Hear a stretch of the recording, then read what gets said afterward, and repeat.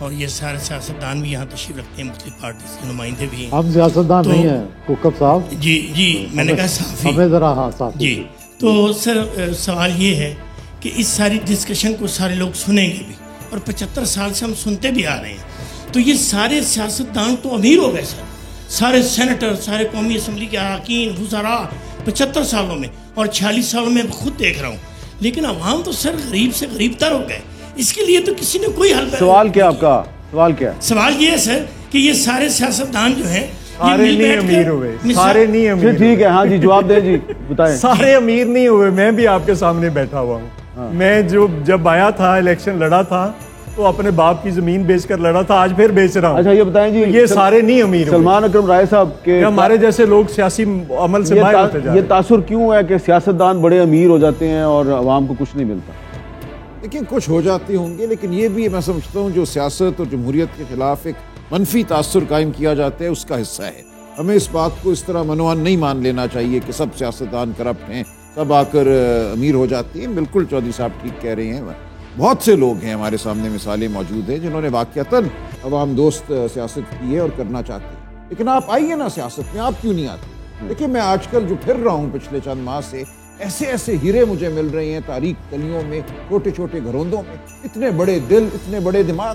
آپ آئیے. اور ایک سیاسی جماعت جب واقعتاً قائم ہو جاتی ہے تو میں سمجھتا ہوں وہ پیسے کا مقابلہ کر سکتی ہے. مجھے بہت بڑے پیسے کا اپنے حلقے میں مقابلہ ہے، لیکن میں دیکھتا ہوں کہ عوام کی طاقت سے وہ پیسہ کچھ نہیں کر پائے گا. اگر اس دن الیکشن ٹھیک ہو گیا، اس دن اگر ہمارے ریٹرننگ افسران کو نہ نکالا گیا پولنگ سٹیشنز میں سے، تو کوئی وجہ نہیں ہے کہ اس تمام اربوں خربوں کی دولت کے باوجود ہم الیکشن نہ جیتے. اس لیے اپنے اوپر بھروسہ کیجئے. عوام کو اپنے اوپر بھروسہ کرنا چاہیے. ایک سیاسی جماعت سے، کوئی بھی وہ سیاسی جماعت ہو، اس سے جڑیے، جماعت کے اندر اپنا حق مانگیے اور سیاست کو واقعتاً جمہوری بنائیے. سیاسی عمل سے عوام کو اور سیاسی کارکنوں کو باہر کیا جائے. جماعت کے اندر حق اس وقت ملے گا کارکن کو جب جماعت کے اندر حقیقی اصلی جمہوریت ہوگی. تو تمام جماعتوں کو اپنے اندر بھی جمہوریت قائم کرنی چاہیے. مصدق ملک صاحب بہت شکریہ، چودھری منظور صاحب، سلمان اکرم راجہ صاحب، جناب احمد بلال محبوب صاحب اور سہیل وڈائی صاحب، میری طرف سے اور شہزاد اقبال صاحب کی طرف سے آپ کا اور یہاں پہ جو شرکاء ہیں آپ سب کا بہت بہت شکریہ. اور ہم امید کرتے ہیں کہ یہ جو آج کی گریٹ ڈیبیٹ ہے، اس گریٹ ڈیبیٹ میں ہم نے ایک نئی مساق جمہوریت کی ضرورت پہ بات کی، نئی مساق معیشت کی ضرورت پہ بات کی. تو یہ جو آج گفتگو ہوئی ہے، اس گفتگو کے جو نتائج ہیں اس پہ عمل درآمد اسی وقت ممکن ہے جب 8 فروری کو ایک فیئر اینڈ فری الیکشن ہوگا. اور اگر اس الیکشن کے نتائج کو متنازع نہ بنایا گیا تو مجھے امید ہے کہ ایک نئی مساق جمہوریت اور ایک نئی مساق معیشت جو ہے اس پر نئی پارلیمنٹ میں ایک ڈیبیٹ شروع ہوگی اور اس پہ کنسنسس ضرور ہوگا. ہم دونوں کو اجازت دیجیے. اللہ حافظ.